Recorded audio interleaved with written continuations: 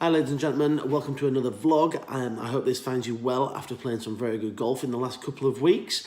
This week's vlog features a bit of a season review almost, or certainly the Tour Championship review from this weekend's event in East Lakes. I'm also going to finish off my little putting segment that I've been doing for the last few weeks. This one I'm going to show you a few drills and a few competitive games and explain why I think these are really, really good for you. And then of course a big event that is coming up this weekend is going to be the Ryder Cup. I, for one, cannot wait. Okay, so last weekend we saw Tiger Woods playing some of the best golf he's played. Certainly since his comeback. He was very, very consistent over the 4 days. His driving, his iron shots, everything was very, very high on the strokes gain stats, which is one of the popular ones that they use on the tour at the moment. Normally, when he has been getting close to contention, it's his putting that's been letting him down. There was no sign of that this week, although he did get a little bit nervous towards the end. You know, I think he felt a bit of pressure. He just really wanted to get it over the line, which, to be fair to him, he did with great aplomb, just like a quality champion would. Now, he's certainly coming back. He's won an event, which is what I sort of said he would. Again, I've got to stick with it now. I still don't know if he'll ever win another major. But the way he's performed this year, there may be a vlog next year where you see me tucking into my hat or eating my words. I'll maybe get a bit of tomato sauce with it. But you know what? We'll see what happens. I still don't know if he'll win another major, but he's certainly done what I thought he might do, which was win another event. So hats off to Tiger Woods. He is the greatest golfer we've ever had. You know, I have this conversation with people. Tiger's amazing. He's in our era, so we know how good he is. We see what he's done. We see all his majors, the aura that was around him, the way he destroyed fields back in the day. It was just amazing. And it's very hard to compare him to somebody like Jack Nicklaus, who, again, millions of majors, millions of tour events, absolutely awesome golf. How can you compare the two? You know, different times, different eras, different equipment, different people to play against, different course conditions. There's so many variables, it's very, very hard to do, and that's maybe one for another day. But anyway, that's something that we like I say, can maybe save that for another day. Before I move on, I would like to say very, very well done to Justin Rose, who again was maybe a little bit nervous just towards the end there. Imagine being in his position. Okay, now don't get me wrong, he's won a major, he's won all sorts, he's got plenty of money in the bank, but you imagine going down the last hole of a golf competition, okay, and you know that if you make a birdie, you win $10 million, okay? That has got to be. Can you think of any other scenarios where there's just as much pressure, or any other scenarios in golf where there is just as much, if not more pressure? You know, holding the winning putt in a major, yeah, that could be up there as well. But imagine that, having to make a birdie for $10 million. Put your hand up if you fancy doing that. Let me know if you think you'd be able to do that, okay? But yeah, Justin Rose, great form, and I hope he carries this on to the Ryder Cup this weekend. Sorry. Right, so that's the end of the American Tour season. The European finished hasn't finished yet. No, of course that runs a little bit longer, doesn't it? But what we've got coming up is the Ryder Cup, and that is very exciting. Okay, I'll come on to that in a moment. But what I want to talk about now is we've talked a lot about putting in the last few weeks and how using sort of parallax effect to your advantage, using the line on the ball, various other bits and pieces. And what I'm going to do now is I'm going to head to Hornsey. I'm going to head to the putting green once again. I'm going to show you 3 competitive games that you can play in pairs or you can play on your own as a fantastic way to practice, okay? Competitive games are my favourite, okay? I never stop doing them whether it's my junior lessons, adult lessons, group lessons, you name it. There's always some sort of competitive games, okay? So I'm going to head over to the putting green now, and I will see you there in a second, guys, okay? I'll see you shortly. Bye-bye.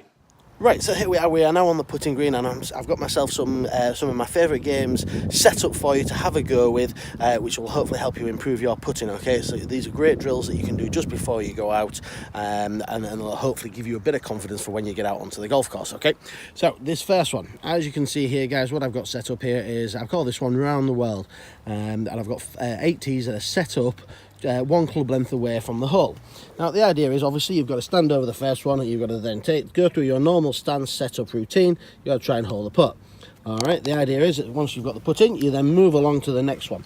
stand over the putt, go through your normal stance, set-up routine, play the putt, aim to hole it. The idea is then that you go all the way around the circle and see how many times it takes you to get back to where you started without missing. Okay, if you miss one, you just add it on, you keep going until, and that gives you a little bit of a competitive element. Now, there are other ways of playing this, okay? If you are playing with a friend, what you can do is you can have one person starting at the first tee, one person starting at the far tee, and the idea is that once somebody misses, you hole a putt, you keep moving around. If you miss, you stay where you are, all right? That way, the other person has a chance to catch up to you. If the other person catches up to you, then it's game over, okay? You lose.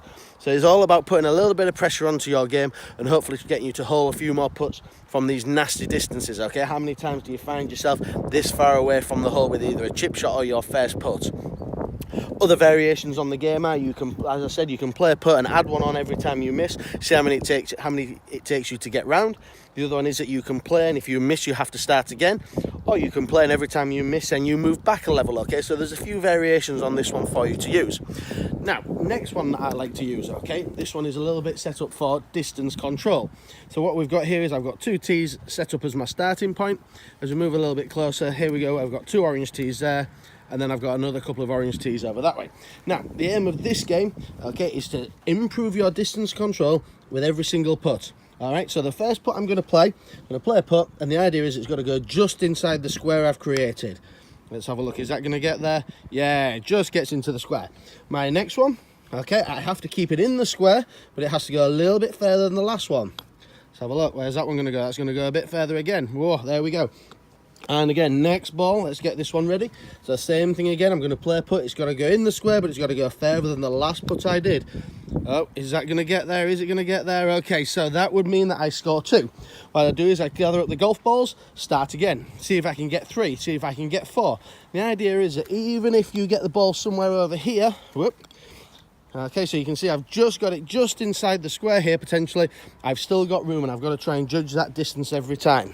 So again, we have variations on this game. This one I started at the beginning and had to add a little bit on every time. Another variation of this one is that you get it in the square at the far end, and then slowly take distance off every time.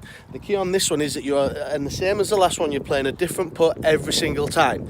Okay, now, finally, this one. All about face control. So again, I've got myself 2 pink tees set up as a starting point, and I've got 2 tees set up just in front. Okay, now the aim of this game, these tees, by the way, guys, I can fit my putter through it ever so slightly, and the 1 putter length away from where I'm starting. So the aim of this game is about club face control. I'm going to stand over the ball, I'm going to play a putt, got to get it through without touching. What I'm then going to do is I'm going to get a couple more tees, pop them in the ground, in a similar place to what I have just done there. So these tees, hang on a second, are going to be 1 putter length apart that way and 1 putter length apart that way. So I just need to move that one just a little bit there. All right, let's get the ball back, have another go. So start off, we go through our stance, set up, routine, play the putt, see if I get it all the way through. Okay, not sure if you saw that one went through as well. Let's do it again just to make sure. There we go, so it goes all the way through without hitting, okay? The idea is then I would put another set of 2 tees down, okay? 1 there, 1 there. And again, I'm going to see how long I can get this putter, or how long I can get this putt without missing any of the tees, okay? Once I've done it once, then I'll maybe start again. I'd then go and play on a different game, come back to this one, see if I can improve it. Okay, I'm going to go back up to the clubhouse now and just explain what the best thing is about these games for you, okay? I will see you up there in a second. Thank you. Right, so I'm back up here in the clubhouse, guys, and there you can see 3 of my favourite drills / competitive games that I like to use for my pupils and for myself. The reason why they are so good is, as I said, I've mentioned earlier, they are competitive, okay? Most of the time when you're on the course, whether you're playing a bit of a jolly with your mates, having a bit of a match play, playing your pound with your bits, whether you're playing your monthly medal, whether you're playing for the Ryder Cup, all right, there's normally something that is on the game, okay? There's normally a competitive element to it. So what we try and do with that, we try and recreate the sort of things that you will find out on the course. Golf is a little bit unusual that, we have a practice area. Most of the sports, when you do your practice, you practice on the place where you're going to play, i.e. football pitch, you practice on a football pitch, you play in tennis, you practice on a tennis court. Golf, we have a practice area, okay, and we often find that we hit ball after ball after ball, okay, and that's not necessarily the way that we should be looking at practice. We should be looking at creating similar scenarios to what you find out on the course, thus the round the world game, okay. Every putt is slightly different on that one. Some have got a slightly left to right break, some are slightly uphill, downhill. Again, things that you will find out on the course. The distance control one, in my opinion, getting your distance correct with your putting is probably number one, okay? Most people can line the club face up relatively square to where they want to hit it, okay? But if you get that distance right, you're never going to be that far away from the hole, okay? So that's why the distance control one, the ladder game, where you've got to hit it a little bit further every time, that's one of my favourites. And then also you've got the direction in terms of what your club face is doing at impact, okay? That's a really good one, good fun game. Like I say, when you create competitive games, the key is to make it as realistic as possible. So that is making sure that you take one shot at a time. At the end of the day, if you miss a putt, you don't play it again the next time. If you hit if you're doing a different aspect to the game, if you're doing pitching, there's no point in hitting a pitch shot from 20 yards and then hit another one from 20 yards, then another one from 20 yards, because it's just not realistic. You get out on the course, you might hit one 20 yards, might be a few holes before you hit one of them, then it's going to be 50 yards. So you've got to mix up your practice. You've got to put yourself in game scenarios like that, okay? And that's what then putting games are aimed to do, that you do something different with every single one, okay? So have a go with some of them beforehand. The round the world one is again one of my favourites, because you will find yourself from that distance so many times around the golf course, and there's nothing more frustrating than missing a putt of that sort of distance, okay? Get yourself practiced, get yourself feeling maybe sometimes a little bit under pressure, which is what you might find when you get all the way around that circle, come to the last one, you feel a little bit of nerves, thinking, yeah, I can beat my best score here, okay? You're going to feel exactly the same way if you've played a match play and you've got down to the 18th hole, it's all square, you get your ball one putter length away, and if you're used to that little bit of pressure, you're going to have more chance of getting the ball in the hole. You're going to be able to get used to it a little bit, okay? So try some of them games out, try some of them drills, let me know how you get on with them. I personally think they're brilliant as things to do before you go out. It takes you 5 minutes to set up, spend about 10 minutes playing them, and off you go onto the first tee, okay? Right, so what is happening in the golfing world this week? Okay, well, let me think. Yes, that's right. You all know what I'm talking about. I'm talking about the Ryder Cup. Okay, it's one of my favourite team events in any sort of sport, simply because it's my favourite sport, obviously. But in golf, you get very few team events. We're starting to see a few more. You get the World Cup, you get the Golf Sixes, and things like that. But the Ryder Cup it's got so much history behind it. It's 3 days. It's every couple of years, so it always has a little bit of spice to it. The teams do tend to change from year to year. You get your few that'll always be in there, but you get the odd one that is fairly new to it, maybe had a good couple of seasons. This year's no exception, okay? Both teams look extremely strong, and I found out a great little stat today that it's the first time ever in Ryder Cup history that the entire world's top 10 are playing in the Ryder Cup, okay? And I think that means it shows how good the standard of golf is at this Ryder Cup going to be, okay? I'll say as well, thank you to Nathan Wright for giving me that one. I didn't know it until he told me it earlier on, but I thought it was really good, and I said I was going to steal it and use it in this today, so thanks, Nathan. So that adds a bit, the fact that all the top quality golfers are there. I've already mentioned Tiger Woods and Justin Rose and how good a form they're on at the minute. It's going to be a spectacular event. For Europe, I feel as though this is taking us back to slightly the olden days of the Ryder Cup, where Europe were the underdogs, Americans were favourites, and what Europe have to do, they have to do so well in the pairs, because that's where we specialise, where we are united as a team. America is often quoted, team of individuals, that sort of thing. So Europe, I always used to think Europe have to do very well in the foursomes and the four ball, get ahead of the Americans, and then almost try and hang on for dear life. So to me, it's a bit of a throwback to when we weren't quite as dominant as we have been the last few years. I know we lost last year, but the years leading up to that, we have been the dominant team out of the two. So it'll be very interesting. I feel as though there's a slightly older dynamic to that now. What else? Interesting picks that he's picked. I've already spoke about this. I feel as though he's gone with slightly safer bets in the picks for the European team. However, Garcia showed some decent form over the weekend, which is good. But then you look on the American team, Tiger Woods was a wild card. He showed some good form. Phil Mickelson, not so good. Bryson DeChambeau struggled a little bit. So there's a lot of variation, a lot of different form going on. And it's going to be really hard to pick a winner. I think it's going to be very close, okay? I really do. I don't think there's going to be much in it, despite the American. I think American on paper are the stronger one, but I think it's going to be very close. So, yeah, tune in on it's Friday, Saturday, Sunday. I've got a Ryder Cup theme for my juniors on Saturday morning. It's great because I look after Arthur on a Friday, so guess what we're going to be doing? Yes, he's going to be watching golf all day. We'll see what Jane has to say about that, but never mind on that one. Moving swiftly on. It's going to be interesting to see what pairings, okay? I've sort of had a look, and it's very hard to pick who he might pick with various other players, okay, who's going to get along. You've got to look at sort of team chemistry and things like that.